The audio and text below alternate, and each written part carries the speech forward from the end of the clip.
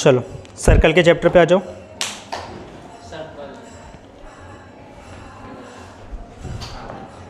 एक simple question है, one word question, one word की कुछ प्रैक्टिस करा रहे हैं, फिर उसमें मतलब वन वर्ड के क्वेश्चन की प्रैक्टिस के बाद सीधा अपन उसमें चलते हैं, ठीक है। क्वेश्चन से इंपॉर्टेंट क्वेश्चन में पहला क्वेश्चन है, if radius of two concentric circles are 4 centimetre and 5 centimetre. मतलब दो कॉन्सेंट्रिक सर्कल्स है अपने, कॉन्सेंट्रिक सर्कल की क्या होता है बताओ? एक सर्कल के ऊपर एक और सर्कल। कॉन्सेंट्रिक सर्कल मतलब इसका सेंटर एक ही होगा और रेडियस अलग अलग होगी, ठीक है। एक तुम्हारी कितनी है बेटा? 4 सेंटीमीटर और बड़ी वाली तुम्हारी 5 सेंटीमीटर है, ठीक है। तो then find the length of the chord of one circle which is tangent to the other circle. Length of the chord बतानी है जो दूसरे सर्कल पे कैसी होनी चाहिए? टेंजेंट, ठीक है। चलो यही पॉसिबिलिटी है ना? हाँ, अब यही प्रोबेबिलिटी है, ठीक है। अब यहां से हम क्या करेंगे? परपेंडिकुलर ड्रॉ करेंगे। तो व्हेन आर डिस्टेंस, ये O हो जाएगा, ये P हो जाएगा और ये AB हो जाएगा, ठीक है। ये हुआ। अब इसमें मुझे क्या पता लगाना है? इस AB की लेंथ पता लगानी है, क्योंकि यही है, क्योंकि एक का कॉर्ड है और दूसरे का टेंजेंट है। अगर इसको मैं C1 बोल लूँ, इसको C2 बोल लूँ, तो कैसे निकालोगे? अब इसको मैं ज्वाइन करूंगा। अभी साइड हटा सकता हूं क्योंकि इसका यूज नहीं हो रहा फिगर में। इसको OA और OB को मैंने ज्वाइन किया, ज्वाइन OA एंड OB, ठीक है। अगर 2 नंबर में सॉल्व करने को आ जाए तो लिखना पड़ेगा, वरना तो मल्टीपल चॉइस का क्वेश्चन तो वैसे ही करना है, ठीक है। चलो ये एंगल कितने का होगा? 90। हम 9th क्लास में ही पढ़ के आए थे कि जब सेंटर से कॉर्ड पे कोई लाइन डलती है वो परपेंडिकुलर होती है। 10th क्लास की एक थ्योरम है कि जब कोई एक सर्कल का एक लाइन टेंजेंट होती है तो रेडियस उस पर कैसी होती है? परपेंडिकुलर। तो यहां से हम लिख देंगे OP perpendicular to AB, because क्या लिखेंगे? 10.1 की स्टेटमेंट क्या कहता है?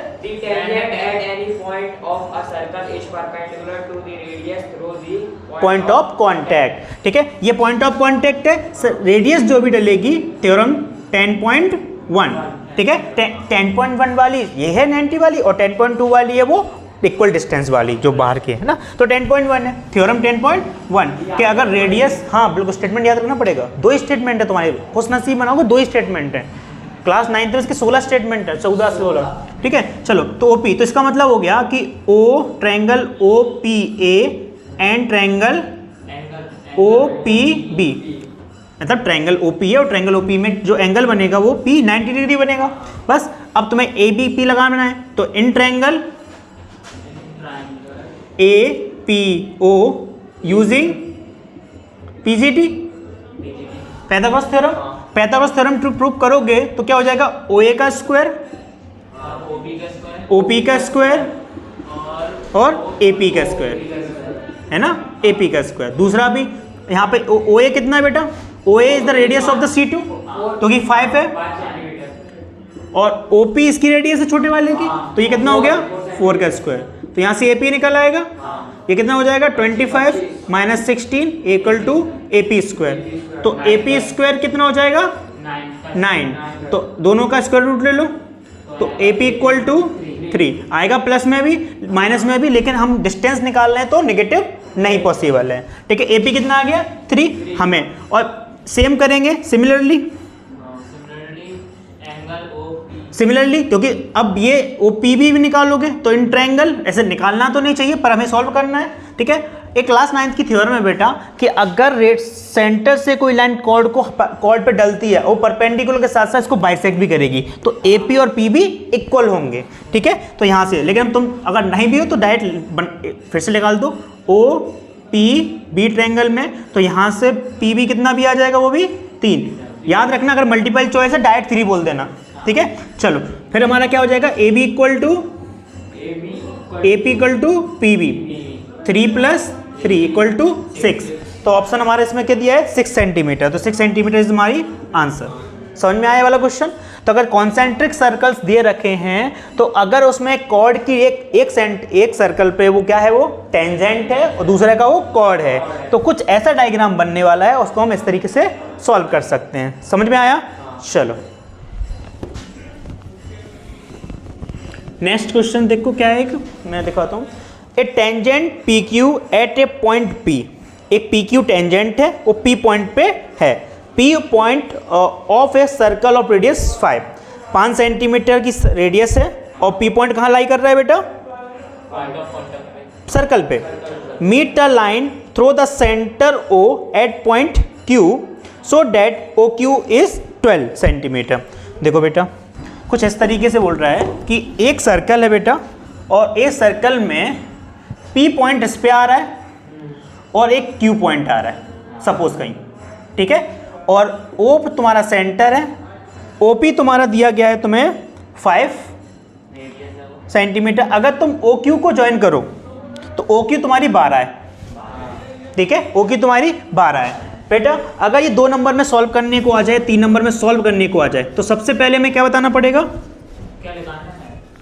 पी क्यू पी बी, हाँ पी पी क्यू निकालना है। अब पी क्यू पैदागोस तो निकल जाएगा, लेकिन मतलब सॉल्व करना है। पैदागोस डायरेक्ट लगा तो सीधे निकल जाएगा, ये निकल जाएगा 12 ये है, 5 ये है, ये 13 निकल के आ जाएगा। सॉरी 13 भी निकलेगा, नहीं निकलेगा, अंडर रूट में कुछ अंडर रूट में वैल्यू निकल के, क्योंकि बेटा अगर 12 यहाँ होता तो ये 13 निकल आता, 12 और 5 119 समथिंग निकलेगा, ठीक है। तो वो तो पैराग्राफ से निकलेगा। मान लो 2 नंबर में प्रूव करना हो तो क्या करोगे बेटा? पी क्यू इज टेंजेंट, ठीक है, at point P, P point पे टेंजेंट है। हमें पता है कि ओ पी परपेंडिकुलर होगा पी क्यू के 10.1 के हिसाब से। बस in triangle O P Q using PGT, क्योंकि बेटा अगर 90 डिग्री है तो O P Q angle 90 degree होगा। देखो पैथागोरस तब तक नहीं लगा सकते जब तक उसमें एंगल कितने का हो? 90 का ना हो। हाँ, पैथागोरस तब तक नहीं जब तक उसमें 90 डिग्री एंगल प्रूव करके दिखाओ या उसमें होना चाहिए, है ना। अब इसमें तो फिगर बनाया, क्वेश्चन तो बोल नहीं रहा कि 90 डिग्री एंगल है उसके अंदर, तुमने अपने हिसाब से बना लिया, लेकिन तुम्हें प्रूव पता है कि ओपी अगर रेडियस है और पी क्यू टेंजेंट है तो उनके एंगल हमेशा 90 होता है। थ्योरम लगा दी, अब इसको प्रूव कर दो, ठीक है। तो लगा दो कि O Q square equal to O P square और P Q square. O Q कितना है बेटा? 12 का स्क्वायर, ओ पी कितना है? 5 का स्क्वायर, और हमें पी क्यू फाइंड करना है। ये हो जाएगा 144 माइनस 25 और जो हो जाएगा पी क्यू। अंडर रूट दोनों की तरफ ले लो, पी क्यू का स्क्वायर, इसको सिर्फ कटा 119 under root equal to P Q. तो दिस इज द ऑप्शन, ठीक है। तो इसमें ऑप्शन नंबर 4 इज करेक्ट, ठीक है। तो ये वाला क्वेश्चन समझ में आया?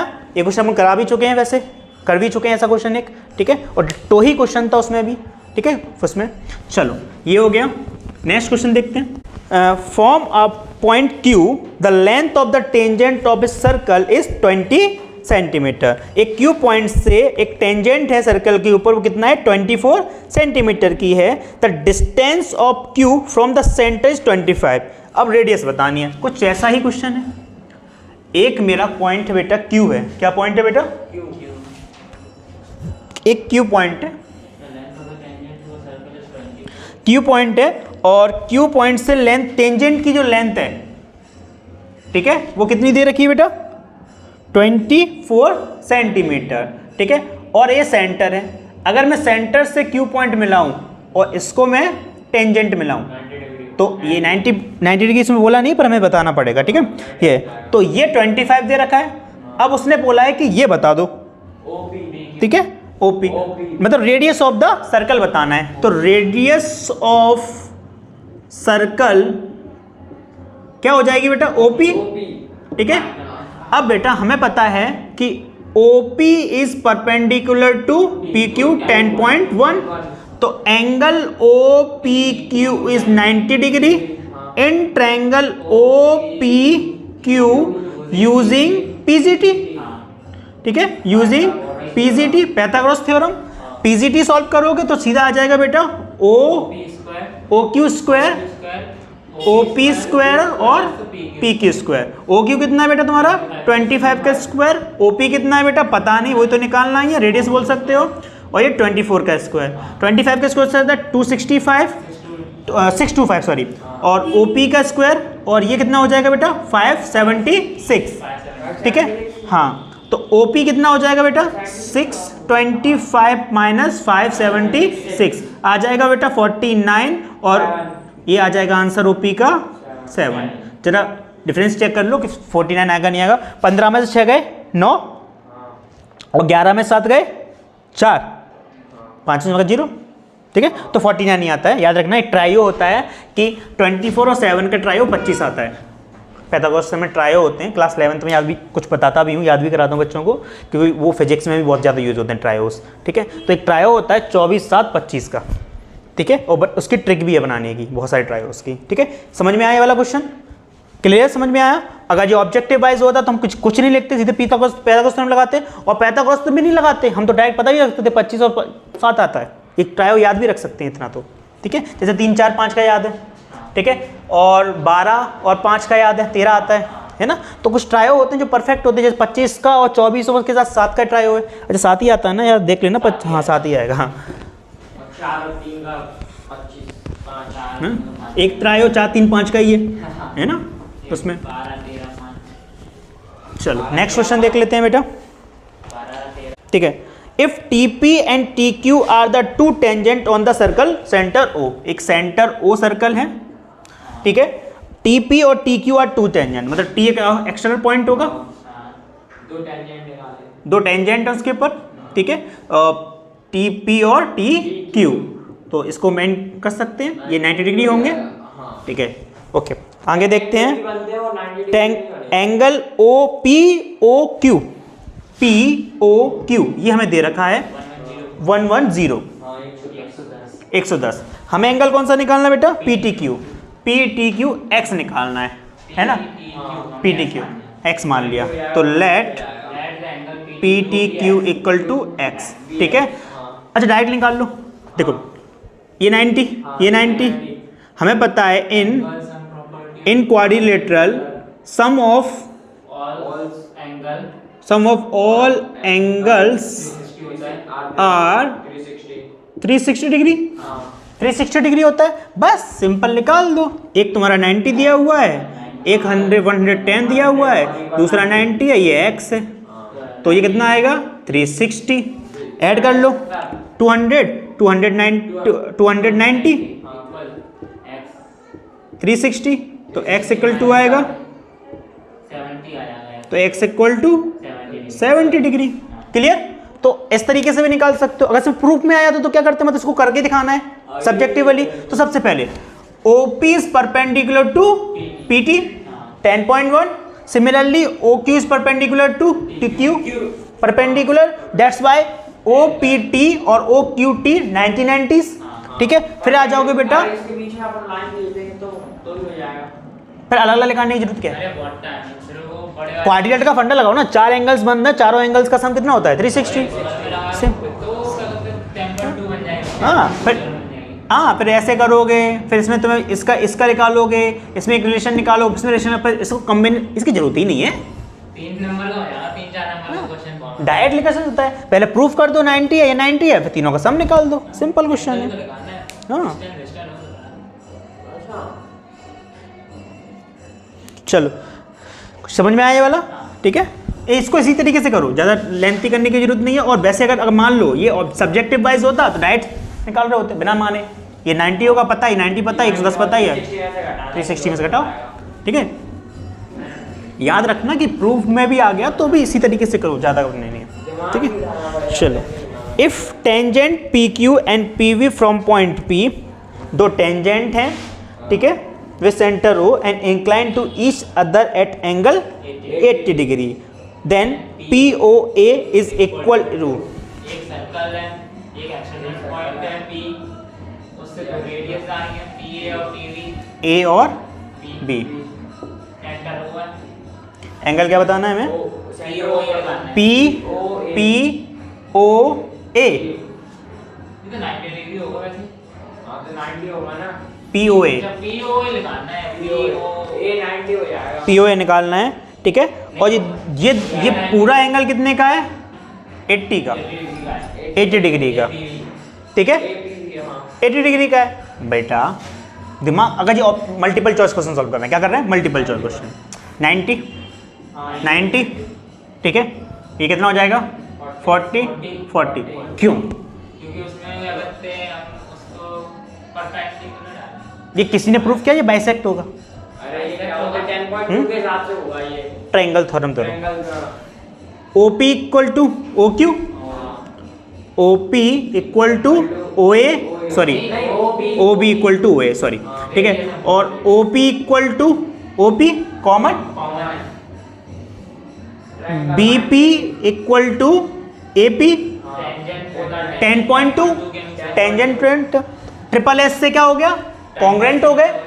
सिमिलर भी कर सकते हैं, कॉन्ग्रेंट कर दो, कॉन्ग्रेंट हो जाएंगे तो ये एंगल्स दोनों इक्वल हो जाएंगे, ठीक है। तो ये 40 और ये 40, ठीक है, ये 40 ये 90, कितना बचेगा, 40 और 90 130 130 180 में से 130 जाएंगे 60 50 बचेंगे। कितना बचेगा, 50, ठीक है, तो 50 इसका आंसर होगा। सिंपल, समझ में आया। किया क्या, सबसे पहले इसने 80 दिया था पर हम 40 मान नहीं सकते, तो हमने पहले प्रूफ किया, कॉन्ग्रेंट करके प्रूफ कर दिया ये कैसे होंगे, ठीक है, हाँ, बस दूसरा तरीका ये तो था, ये दूसरा तरीका। हम क्या करेंगे, कौन से ट्रायंगल में ट्रिपल एस कंडीशन, अच्छा क्लास 10th में नहीं है, 9th में है कॉन्ग्रेंसी, सिमिलरिटी है, सिमिलरिटी तो मैं समझा दूंगा, सिमिलरिटी से ही क्वेश्चन आएगा। मैंने बीच बीच में जहाँ भी सिंपल करने कॉन्ग्रेंट यूज़ किया है, सिमिलरिटी वाला यूज़ नहीं किया है। सिमिलरिटी थोड़ी सी हार्ड है, बस ज़्यादा नहीं है। कॉन्ग्रेंसी 9 से पढ़ के आ रहा हो तो दिमाग में बैठ भी जाती है। रूल देखो क्या होते हैं, ट्रिपल एस होता है, RHS होता है, डबल एंगल होता है या ट्रिपल एंगल बोल सकते हो, साइड एंगल साइड होता है, ठीक है। अब ये मत बोल देना होता है, ठीक है, दो साइड के बीच में एंगल ये होता है, ठीक है, ये होती हैं 4, ट्रिपल ए भी बोल देते हैं सुई को। बेटा इन्हीं की हेल्प से प्रूव करते हो ना, जैसे मान लो किसी दो ट्रायंगल हैं जिसमें तीनों साइड से आपस में इक्वल कर दी तो ये आ गए, ठीक है। अब मैं बोल दूं कि ये साइड इक्वल है, ये साइड इसकी साइड इक्वल है और बीच के एंगल इक्वल है, तो साइड एंगल साइड तो इससे भी प्रूव कर सकते हो, ठीक है। मैंने बोला कि ये इक्वल 90 है, ये भी ये दोनों 90 होंगे, सेंटर पे कर रहे हैं, तो मैं दो एंगल प्रूव करने के बाद डबल ए कंडीशन बोलता हूँ, जब दो इक्वल है तीसरा तो ऑटोमेटिक इक्वल होगा, है ना, तीसरा तो नहीं होगा। हाँ, RHS रूल कब लगाते हो बेटा, RHS रूल लगता है जब 90 डिग्री के सामने वाली जो साइड हो वो दोनों ही ट्रायंगल में कॉमन हो और वो इक्वल भी होनी चाहिए। 90 के सामने वाली साइड इक्वल, इसमें RHS भी लग सकता है क्योंकि 90 के, देखो अभी 90 तो प्रूफ है नहीं है ना, तो 90 के रख लो, एक 90 कर लो कि एक A 90 है, इसमें B 90 है और 90 के सामने वाली OP भी इक्वल है, तो 90 के सामने वाली साइड आ गई, एक अलग वाली साइड ले लो OA OB ले लो, तो इसमें RHS भी लग जाएगा। RHS रूल है कि पहले राइट एंगल देखो, राइट एंगल के सामने हाइपोटेनस इक्वल देखो, सबसे पहले होना, इसमें दोनों में राइट एंगल होना चाहिए, ठीक है, और उसके सामने की साइड हाइपोटेनस इक्वल होनी चाहिए। हाइपोटेनस इक्वल मतलब कैसे? ये देखो 90 के सामने जो हाइपोटेनस होती है ना, वो दोनों में हाइपोटेनस है और दोनों की इक्वल है, दोनों की भी है, कॉमन है, इक्वल होनी चाहिए। हो सकता है एक कॉमन ना हो या दोनों के हाइपोटेनस इक्वल होनी चाहिए। अच्छा, सेम रेशियो। हाँ, इक्वल रेशियो वाली बात नहीं कर रहे हैं हम, सिमिलरिटी की बात नहीं है, कॉन्ग्रुएंसी की बात कर रहे हैं, ठीक है। तो 90 डिग्री के सामने वाली हाइपोटेनस दोनों की इक्वल होनी चाहिए। दो ट्रायंगल मैंने मान के लिए, ये वाले ए और ये 90, सॉरी ट्रायंगल ही नहीं है, ठीक है। तो ये 90 डिग्री के सामने मान लो ये ए साइड है, ये बी साइड है, और क्वेश्चन है कि 90-90 इक्वल है, तो एंगल ए और बी भी इक्वल होने चाहिए, तब जाके बोल सकते हो ये RHS है। उसके साथ एक साइड और ले लो, कहीं भी कोई भी ले लो, पर 90 के सामने वाली साइड इक्वल होनी चाहिए दोनों की, ठीक है, 90 के साथ साथ, तब जाके RHS रूल बोलोगे, ठीक है। साइड में तीनों साइड इक्वल कर दी जिसमें इसमें की थी, है ना। साइड वाले की तीन तो साफ साफ दिख जाती हैं बेटा, कभी कभी एंगल ना हो वो साइड है। हाँ, मैं मोस्टली तुम्हें 10th में ऐसा कोई क्वेश्चन नहीं है कि इसमें इतने कंफ्यूज होना पड़े। 10th में सिमिलरिटी वाले क्वेश्चंस हैं और वो बहुत सिंपल है। मैं इसीलिए तो बोल रहा हूँ, जो टफ लगता है, जब तुम्हें पता है कि ट्रायंगल प्रॉब्लम दे रहा है, बाकी सब ठीक है, बाकी सब कर लो, तो 95 तो कर ही बैठे हो ना, 5 नंबर के तो तुम बोले रहे हो, और वो भी ऐसा नहीं कि तुम्हारे पास एग्जाम ही 4 दिन के बाद है। अगर होता मैं छुड़वा देता, वैसे ही छुड़वा देता, है ना। तो अगर एग्जाम तुम्हारा भी 1 महीने के बाद है, 1 महीने से भी ज़्यादा है, और ऊपर से गैप भी उसमें है तुम्हारे 4-5 दिन का, तो आराम से हो जाएगा इतना भी रिवीजन। जो जिससे एग्जाम में पकड़ बन सकती है वो पकड़ लो। पीछे के चैप्टर्स फ्री के नंबर हैं, क्वेश्चन कन्फर्म आना है और ऐसा ही आना है, कर लो अच्छे से। सरफेस एरिया वाला क्वेश्चन है, क्या करेगा उसमें, बस इसका नीचे रख सकता है, ऊपर रख सकते हैं, तो वो करो ना, सिंपल है, उससे तो पक्का ही पक्का क्वेश्चन है। ठीक है, तुम्हारा पर मॉड मीन मीडियन से सबसे इजी क्वेश्चन है, फॉर्मूला याद है, कंडीशन याद है, बस लगा दो। अगर एक्स बीच में निकालने वाला ना है तो और सिंपल, एमपी बोर्ड में तो नहीं आएगा, कंफर्म नहीं आएगा बीच वाला, सीबीएसई बोर्ड में बीच वाला ही आएगा, हाँ 1-2 नंबर में आएगा, तो 2 नंबर वाला तो सिंपल समझ लेना। देखो क्वेश्चन की इज्जत भी उसके नंबर के हिसाब से करो। क्वेश्चन का 2 नंबर का तो दिमाग, इतना तो तुम्हारा दिमाग चलना ही नहीं चाहिए, इसका सोल्यूशन 2 नंबर 2 पेज का होगा, मन में ये सोच के चलना चाहिए इसका सोल्यूशन पक्का 2 नंबर का है, तो 2 नंबर का मतलब 4 लाइन में खत्म होना चाहिए। तो पहले सोचना जाता है। हम क्या करते हैं, हमें पता है मीन का फॉर्मूला, हम लगाने बैठ गए, 4 डब्बा बनाया, 2 नंबर का क्वेश्चन है, डब्बा पूरा बनाएंगे, पूरा फॉर्मूला लगाएंगे, फिर कहेंगे कछू तो गलत है ना। तो कछू गलत है, जब छोटा क्वेश्चन है, 2 नंबर का क्वेश्चन है और मीन लगवा रहा है, डायरेक्ट मेथड लगाओ ना, उससे इजी कौन सा मेथड हो सकता है ना। और जब बड़ा क्वेश्चन है, मीन निकल रहा है, बहुत बड़ी देखो। और एक क्वेश्चन और देख लो, इसमें होती है how many maximum tangent can be circle have. एक सर्कल पे कितनी टेंजेंट हो सकती हैं, कितनी हो सकती है, इनफाइनाइट, है ना, इनफाइनाइट, है ना। अब क्वेश्चन सीबीएसई के लिए, how many tangents can be draw in a circle at a point. ठीक है, तो अच्छे से याद रखना कि क्वेश्चन क्या पूछ रहा है कि सर्कल पे तो इनफाइनाइट हो सकती हैं, बिकॉज इनफाइनाइट पॉइंट्स होते हैं सर्कल पे, लेकिन एक पॉइंट से एक ही टेंजेंट ड्रॉ हो सकती है। क्लियर, बहुत बढ़िया। चल क्वेश्चन सुनो, how many tangents can be parallel in one circle. 2 क्योंकि हमें पता है अगर पैरेलल करनी है तो आमने सामने लेनी पड़ेंगी, है ना, चाहे यहाँ ले लो चाहे यहाँ ले लो। कहाँ पे, अरे नहीं, मैं कह रहा हूँ ना, 2 कहीं भी ले लो, कहीं भी ले लो, ये ऐसे ले लो या तुम ऐसे ले लो, मतलब 2 ही हो सकती है ना, एक मतलब एक पेयर ही बन सकता है, 2 लाइन ही एक पैरेलल फॉर्म बना सकती है, मैं बता चुका था पहले ही। ठीक है, चलो कुछ क्वेश्चन हैं, उनके आंसर देना, fill in the blanks type का है कुछ, यहाँ पे एक 1 वर्ड का आंसर बोल लो। द डेफिनेशन ही समझो, ये डेफिनेशन ही है, the radius passing through the point of contact is to the tangent. Tangent पे रेडियस कैसी होती है, परपेंडिकुलर। ठीक है, perpendicular. Tangent of a circle intersect in its point, कितने पॉइंट्स पर, टेंजेंट सर्कल पे कितनी पॉइंट पे इंटरसेक्ट करती है, 1 पॉइंट पे। A line intersecting a circle in 2 points is called secant. ठीक है, ठीक है। ए सर्कल कैन हैव, अगर कॉर्ड होगी तो वो काटेगी, मतलब बाहर में निकलेगी, सेकेंड होती है, हाँ second. A line which are intersecting a circle at 2 point, this chord. ठीक है, सेकेंड से ही कॉर्ड बनती है, इन प्रॉपर वे में सर्कल में रखोगे तो वो आ जाएगा। ठीक है, नेक्स्ट है बेटा, ए circle can have how many parallel lines in a